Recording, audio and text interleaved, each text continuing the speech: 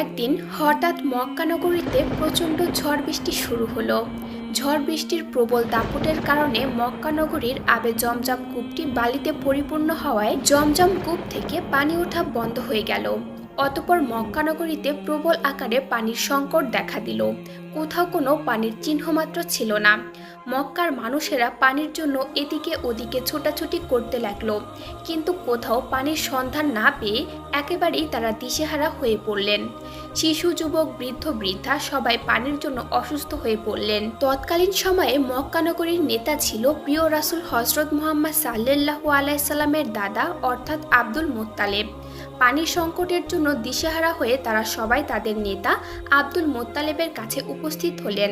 উপস্থিত মক্কাবাসীগণ আব্দুল মুত্তালিবকে বললেন, আপনি আমাদের নেতা, আপনি যেভাবেই হোক আমাদের পানির বন্দোবস্ত করুন। আপনি জমজম কূপ থেকে পানি উত্তোলন করার ব্যবস্থা করে দিন। আমাদের মনে হয় আপনি ছাড়া আর কেউ জমজম কূপ থেকে পানি উত্তোলন করার ব্যবস্থা করতে পারবে না। আমরা যদি জমজম কূপ থেকে পানি না পাই তাহলে সবাই অসুস্থ হয়ে মারা যাব। এই কথা শুনে আব্দুল মুত্তালিব ভীষণ চিন্তিত হয়ে পড়লেন। তিনি ভাবতে লাগলেন কিভাবে জমজম কূপ থেকে পানি উত্তোলন করার ব্যবস্থা করা যায়। তিনি অনেক চিন্তা করলেন, কিন্তু কোনো আশার আলো দেখতে পেলেন না। তখন তিনি মহান আল্লাহ তাআলার দরবারে দুই হাত তুলে দোয়া করলেন এবং বিভিন্ন ধরনের মান্যত করলেন, কিন্তু কোনো দোয়া ও মান্যত আল্লাহর দরবারে কবুল হলো না। শেষ পর্যন্ত আব্দুল মুত্তালিব দিশেহারা হয়ে মহান আল্লাহ তাআলার দরবারে দোয়া করে বললেন, হে আল্লাহ, আপনি জমজম কূপ থেকে পানি উত্তোলন করার ব্যবস্থা করে দিন। বিনিময়ে আমি আমার 10 সন্তানের মধ্যে একটি সন্তানকে জবাই করে দেব। আব্দুল মুত্তালিব মানত করলেন, জমজম কূপ থেকে পানি বের হলে 10 সন্তান থেকে একটি সন্তান জবাই করে দেব। অতঃপর আব্দুল মুত্তালিব মানত করার সাথে সাথেই আল্লাহ তাআলা তার দোয়া কবুল করে নেয় এবং এর সাথে সাথেই জমজম কূপ থেকে প্রচুর পরিমাণে পানি বের হওয়া শুরু হয়ে গেল। জমজম কূপ থেকে পানি বের হতে দেখে মক্কাবাসীগণ অবাক হয়ে গেলেন এবং তারা আনন্দে আত্মহারা হয়ে পড়লেন। অতঃপর জমজম কূপ থেকে পানি বের হবার পর সবাই সুখে শান্তিতে বসবাস শুরু করলো। এই ঘটনার পর আব্দুল মুত্তালিব তার মানত করার কথা ভুলেই গেলেন। একদিন রাতে আব্দুল মুত্তালিব তার নিজের গৃহে ঘুমাচ্ছিলেন। তিনি স্বপ্ন দেখলেন, মহান আল্লাহ তাআলা আব্দুল মুত্তালিবকে বলছেন, হে আব্দুল মুত্তালিব, তুমি কি ভুলে গেছো কি মানত করেছিলে? তুমি মানত করেছিলে যে জমজম কূপ থেকে পানি বের হলে তোমার 10 সন্তানের মধ্য হতে একটি সন্তানকে জবাই করে দেবে। তুমি তোমার মানত পূরণ করো। অতঃপর এই স্বপ্ন দেখার পর আব্দুল মুত্তালিব ঘুম থেকে জাগ্রত হয়ে উঠে বসলেন। তারপর তিনি চিন্তা করলেন, সত্যিই তো আমি মানত করেছিলাম যে জমজম কূপ থেকে পানি বের হলে আমি আমার 10 সন্তানের মধ্য থেকে একটি সন্তানকে জবাই করে দেব, কিন্তু আমি আমার মান্যতের কথা ভুলেই গিয়েছিলাম। আব্দুল মুত্তালিব তার এই স্বপ্নের কথা কারো কাছে প্রকাশ করলেন না। পরের দিন রাতের বেলা তিনি যখন ঘুমাচ্ছিলেন আবারও স্বপ্ন দেখলেন। মহান আল্লাহ তাআলা তাকে বলছেন, হে আব্দুল মুত্তালিব, তুমি কি ভুলে গেলে কি মানত করেছিলে? অতএব তুমি তোমার মানত পূরণ করো। এবারও তিনি এই স্বপ্নের কথা কারো সাথে প্রকাশ করলেন না। পরদিন আবারও যখন তিনি ঘুমাচ্ছিলেন তখন একই স্বপ্ন দেখলেন। মহান আল্লাহ তাআলা তাকে বলছেন, হে আব্দুল মুত্তালিব, তুমি যে মানত করেছিলে তুমি কি ভুলে গেছো? অতএব তুমি তোমার 10 সন্তানের মধ্য হতে একটি সন্তানকে জবাই করো। যদি 7 দিনের মধ্যে এই মানত পূরণ না করো তাহলে তোমার 10 সন্তানই মৃত্যুবরণ করবে এবং জমজম কূপ থেকে পানি বের হওয়া একেবারেই বন্ধ হয়ে যাবে। অতঃপর আব্দুল মুত্তালিব এই স্বপ্ন দেখার পর ভয়ে কাঁদতে লাগলেন।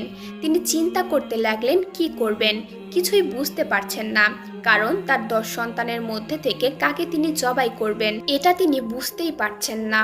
পরের দিন সকালবেলা আব্দুল মুত্তালিব তাওরাত পণ্ডিতদের ডাকলেন। তাওরাত পণ্ডিতরা আব্দুল মুত্তালিবের কাছে আসলেন। তখন আব্দুল মুত্তালিব ভীষণ চিন্তিত এবং পেরেশানি অবস্থায় তাওরাত পণ্ডিতদেরকে বললেন, হে পণ্ডিতগণ, আমি মহান আল্লাহ রব্বুল আলামিনের দরবারে মানত করেছিলাম জমজম কূপ থেকে পানি বের হলে আমি আমার 10 সন্তানের মধ্য হতে একটি সন্তানকে জবাই করে দেব।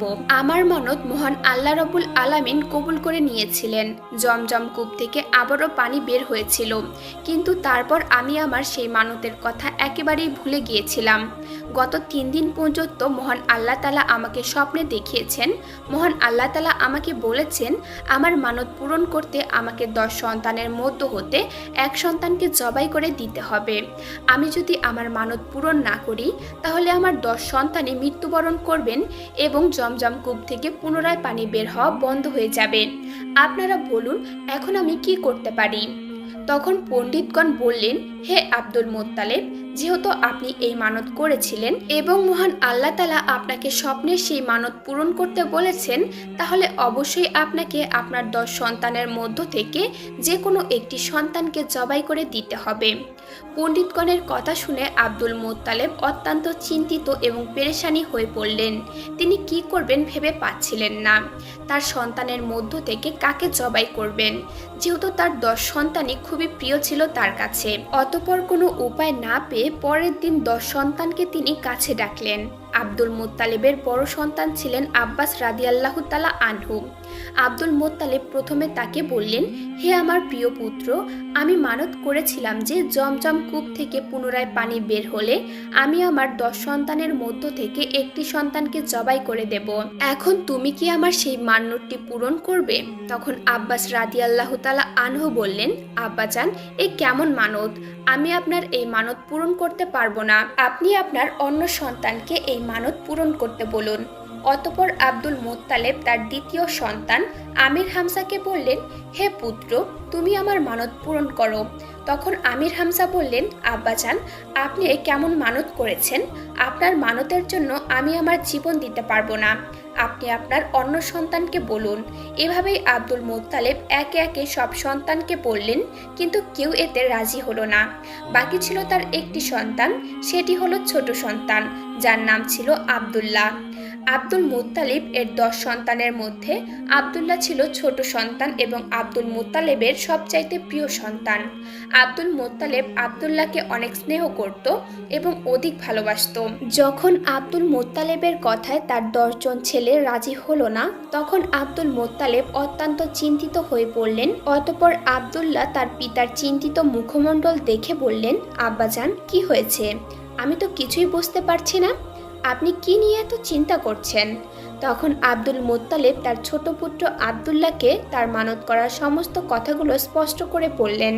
তখন ছোট পুত্র আব্দুল্লাহ বলেন, আব্বাজান, আপনি কোনো চিন্তা করবেন না। আব্বাজান, আমাকে আপনি আল্লাহর রাস্তায় জবাই করে দেন, আপনার মানত পূরণ করুন। আব্দুল মোত্তালেব তার ছোট পুত্র আব্দুল্লাহর কথা শুনে খুবই খুশি হলেন, কিন্তু অন্যদিকে অত্যন্ত দুঃখ পেলেন, কারণ আব্দুল মোত্তালেবের অত্যন্ত প্রিয় ছিল তার ছোট পুত্র আব্দুল্লাহ। প্রিয় সন্তানকে হারানোর ব্যথা তার হৃদয়ে বইতে লাগলো।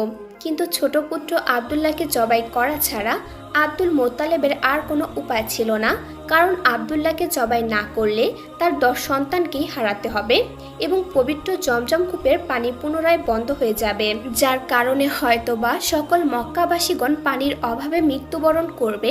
অতঃপর আব্দুল মোত্তালেব তার ছোট পুত্র আব্দুল্লাহকে নিয়ে কাবার উদ্দেশ্যে রওনা দিলেন। কিছুক্ষণ পর তারা কাবা চত্বরে উপস্থিত হলেন। সেখানে সকল মক্কাবাসীগণ উপস্থিত হলেন।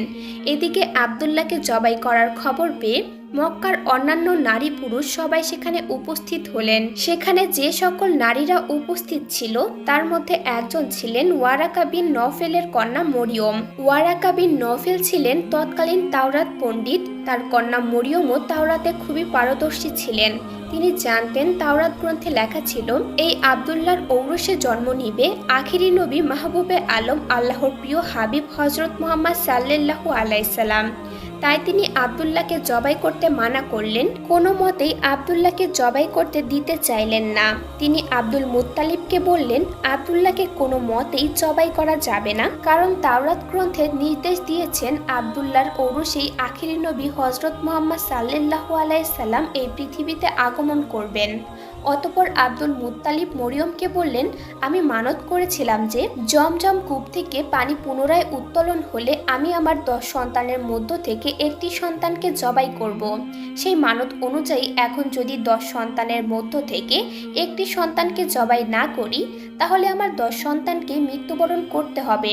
এবং জমজম কূপ থেকে আবারও পানি ওঠা বন্ধ হয়ে যাবে। তখন মরিয়ম বললেন, যাই হোক না কেন আব্দুল্লাহকে কোনো মতেই জবাই করা যাবে না, বিনিময়ে এই মক্কা নগরীতে রক্তের বন্যা বয়ে যাবে। তবুও আমরা আব্দুল্লাহকে জবাই করতে দেব না। প্রয়োজনে আপনি আপনার অন্য সন্তানের মধ্য থেকে যে কোনো একটি সন্তানকে জবাই করেন। মরিয়মের সঙ্গে সঙ্গে সকল মক্কাবাসীগণ বলে উঠল, আমরা কোনো মতেই আব্দুল্লাহকে জবাই করতে দেব না। অপরদিকে অন্যান্য মক্কাবাসী বলল, আমরা যদি আব্দুল্লাহর চেহারা দেখে ব্যবসায় সফল করি তাহলে আমাদের ব্যবসা সফল হয়। হে আব্দুল মুত্তালিব, আপনার ছোট পুত্র আব্দুল্লাহকে আমরা কোনো মতেই জবাই করতে দেব না। অতঃপর আব্দুল মুত্তালিব কোনো উপায় দেখতে না পেয়ে শেষ পর্যন্ত তাওরাত পণ্ডিতের কাছে গেলেন। তখন সমস্ত ঘটনাগুলো আবার খুলে বললেন। তখন তাওরাত পণ্ডিত তার প্রশ্ন শুনে বললেন, আপনি এখনই গিয়ে লটারির ব্যবস্থা করুন এবং এই লটারিতে উটের নাম লিখবেন এবং আপনার ছোট পুত্র আব্দুল্লাহর নাম লিখুন। এই লটারিতে যার নাম উঠবে তাকেই আপনি আল্লাহর রাস্তায় জবাই করে দেবেন। অতঃপর সকল মক্কাবাসীর সামনে আব্দুল মুত্তালিব লটারির ব্যবস্থা করলেন। সেখানে উটের নাম লেখা হলো এবং আব্দুল্লাহর নাম লেখা হলো এবং এ দুটি কাগজ তারা একটি পাত্রের ভিতর দিয়ে দিল। তখন পাত্রের ভেতর থেকে কাগজটি তুলল। তখন দেখা গেল আব্দুল্লাহর নাম উঠল। এদিকে মক্কাবাসী কোনো মতেই আব্দুল্লাহকে জবাই করতে দেবে না। আবারও লটারি করা হলো এবং কাগজ তুলে দেখলো এবারও আব্দুল্লাহর নাম উঠল। এভাবে লটারি করতে করতে ৯৯ বার এই পাত্র থেকে লটারির মাধ্যমে কাগজটি তোলা হলো, কিন্তু প্রতিবারই আব্দুল্লাহর নাম উঠল। অতঃপর আব্দুল মুত্তালিব বললেন, আর কোনো উপায় নেই, এবার আমার প্রিয় আব্দুল্লাহকে জবাই করতেই হবে। যেহেতু আমি মানত করেছিলাম তাই মানত পূরণ করার জন্য আমাকে শেষ পর্যন্ত আমার পুত্র আব্দুল্লাহকে জবাই করতেই হবে। অতঃপর তাওরাত পণ্ডিতের কন্যা মরিয়ম বললেন, না, আব্দুল্লাহকে জবাই করা যাবে না। আপনি আবারও নতুন করে লটারির ব্যবস্থা করুন। যতক্ষণ পর্যন্ত উটের নাম না উঠে ততক্ষণ পর্যন্ত আপনি লটারি চালিয়ে যাবেন। আবারও লটারির ব্যবস্থা করা হলো। একদম শেষ পর্যায়ে অর্থাৎ ১০০ বারের পরে গিয়ে ওই লটারিতে উটের নাম উঠল। এবার সকল মক্কাবাসীগণ আনন্দে আত্মহারা হয়ে উঠল। অন্যান্য সকলেই খুশি হলো, কারণ তাদের প্রিয় আব্দুল্লাহকে আর জবাই করতে হবে না। অতঃপর আব্দুল মুত্তালিব অত্যন্ত খুশি হয়ে ১০০টি উট আল্লাহর রাস্তায় জবাই করে দিলেন। এদিকে আব্দুল্লাহ ধীরে ধীরে বড় হতে লাগলো। যখন তিনি বিয়ের উপযুক্ত হলেন তখন বহু জায়গা থেকে আব্দুল্লাহর জন্য বিবাহের সম্বন্ধ আসতে লাগলো, কারণ তৎকালীন সময়ের সবচাইতে আব্দুল্লাহ ছিল সুদর্শন পুরুষ। আব্দুল্লাহকে দেখে যে কারো ভালো লেগে যেত। আব্দুল্লাহকে পাওয়ার জন্য মক্কার রমণীরা অধীর হয়ে থাকত। মক্কার রমণীরা মানত করত আব্দুল্লাহকে স্বামী হিসেবে পাবার জন্য, কারণ আব্দুল্লাহ ছিলেন অত্যন্ত সুন্দর, ভদ্র, সৎ চরিত্রবান সুপুরুষ। প্রতিদিন আব্দুল্লাহর জন্য অনেক বিবাহের প্রস্তাব আসত, কিন্তু কোনোটাতেই রাজি হতো না, কারণ আব্দুল মুত্তালিব তার বন্ধু ওয়াহাব ইবনে আবুদ মান্নাবের কাছে ওয়াদা করেছিলেন তার কন্যার সাথে আব্দুল্লাহর বিবাহ দেবেন। ওয়াহাবের কন্যার নাম ছিল আমিনা। তারা মদিনায় বসবাস করতেন। অতঃপর কিছুদিন পর আব্দুল মুত্তালিব তার ছোট পুত্র আব্দুল্লাহকে নিয়ে মদিনার উদ্দেশ্যে রওনা দিলেন। উদ্দেশ্য ছিল আব্দুল্লাহর সঙ্গে আমিনার বিবাহ দেয়া। তারা দেখলো পথের ধারে দাঁড়িয়ে আছে তাওরাত পণ্ডিতের কন্যা মরিয়ম। তিনি আব্দুল্লাহকে দেখে তার কাছে আসলেন এবং মরিয়ম বললেন, ওহে আব্দুল্লাহ, কিছু বছর পূর্বে তোমার পিতা মানত পূরণ করার জন্য তোমার প্রাণের পরিবর্তে যে ১০০ উট কুরবানি দিয়েছিলেন, আমি আর শপথ করে বলছি সেই ১০০ উট তোমার পক্ষ থেকে আমি তোমার পিতাকে প্রদান করব। বিনিময়ে আমার একটি অনুরোধ রয়েছে, তার বিনিময়ে তুমি আমাকে বিবাহ করো। কিন্তু আব্দুল্লাহ সৎ চরিত্রবান, ভদ্র এবং লাজুক হওয়ায় মরিয়মের এই প্রস্তাবের কোনো উত্তর দিল না। আব্দুল্লাহ শুধু বললেন, আমি আমার পিতার সঙ্গে আছি। পিতাকে ছেড়ে অন্য পথে যাওয়া কিংবা পিতার কথার অবাধ্য হওয়া আমার পক্ষে কোনোভাবেই সম্ভব নয়। এই কথা বলে আব্দুল্লাহ তার পিতার সঙ্গে মদিনার উদ্দেশ্যে রওনা হলেন। দীর্ঘ পথ অতিক্রম করার পর মদিনায় ওয়াহাব ইবনে আবুদ মান্নাফের বাড়িতে পৌঁছে গেলেন। তৎকালীন সময়ে ওয়াহাব ইবনে আবুদ মান্নাফ মদিনার সম্মানীয় বংশের ছিলেন এবং তার বেশ ভালো মর্যাদা ছিল। তিনি তার গোত্রের সর্দার ছিলেন। অতঃপর আলাপ আলোচনার মধ্য দিয়ে তার কন্যা আমিনার সঙ্গে আব্দুল মোত্তালেবের পুত্র আবদুল্লাহর বিবাহ হয়ে যায়। এদিকে আমেনা ছিল তার সম্প্রদায়ের মহিলাদের নেত্রী। অনেক ঐতিহাসিক লিখেছিলেন যে আবদুল্লাহর বিবাহের পর তার শ্বশুরবাড়িতে তিনি 3 দিন ছিলেন। তারপরে আবদুল্লাহ আমিনাকে বিবাহ করে নিজ গৃহে নিয়ে আসেন। অতঃপর আখিরি নবী হযরত মুহাম্মদ সাল্লাল্লাহু আলাইহি সাল্লাম মা আমিনার গর্ভে আসেন। আবদুল্লাহর বিবাহের অনেক দিন পর তিনি কোথাও যাচ্ছিলেন, তখন তিনি দেখলেন তাওরাত পণ্ডিত ওরাক ইবনে নওফেলের কন্যা মরিয়ম সেখানে দাঁড়িয়েছিলেন। মরিয়ম জানতো না যে ইতিমধ্যেই আবদুল্লাহর বিবাহ হয়ে গেছে। আবদুল্লাহকে দেখে মরিয়ম তার কাছে আসলেন এবং আবদুল্লাহর চেহারার দিকে তাকিয়ে তিনি আর কিছু না বলে মরিয়ম আবারও তার গৃহের দিকে ফিরে গেলেন। এই ঘটনা দেখে আবদুল্লাহ কিছুটা অবাক হয়ে গেলেন।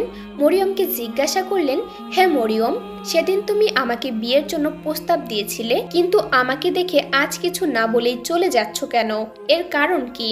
তখন মরিয়ম বলল, তুমি বিয়ে করেছো, ইতিমধ্যেই তুমি অন্য এক নারীর স্বামী। তোমার চেহারার পরিবর্তন ঘটেছে, এটা আমি স্পষ্ট দেখতে পেয়েছি। আমি সেদিন তোমাকে বিয়ের জন্য প্রস্তাব দিয়েছিলাম কারণ তোমার ললাটে এক উজ্জ্বল নূর ছিল। সেই নূরের জ্যোতি যেমন তেমন ছিল না। এর আগে কখনোই কোনো পুরুষের ললাটে আমি এমনটা দেখিনি, কিন্তু আজ তোমার ললাটে সেই নূর দেখতে পাচ্ছি না। এর কারণ হচ্ছে এখন এটার অধিকারিণী হলো তোমার সৌভাগ্যবতী স্ত্রী। সুতরাং এখন আমার কাছে তোমার কোনো গুরুত্বই নেই। তাই এভাবে কোনো কথা না বলেই আমি চলে যাচ্ছিলাম। এই কথা বলা শেষ হলে মরিয়ম সেখান থেকে চলে গেল। অতঃপর আবদুল্লাহ বাড়ি ফিরল। তারপর থেকে আবদুল্লাহ ও আমিনা সুখে শান্তিতে সংসার করতে লাগলো। কিছুদিন পর আব্দুল মোত্তালেব আবদুল্লাহকে খেজুর আনার জন্য সুদূর মদিনায় পাঠায়।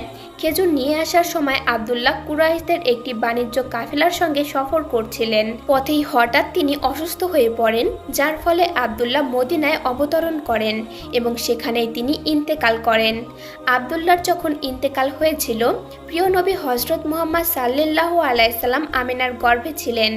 বিশ্বজাহানের সর্দার, সর্বশেষ ও সর্বশ্রেষ্ঠ নবী হযরত মুহাম্মদ সাল্লাল্লাহু আলাইহি সাল্লাম 570 খ্রিস্টাব্দের রবিউল আউয়াল মাসে জন্মগ্রহণ করেন।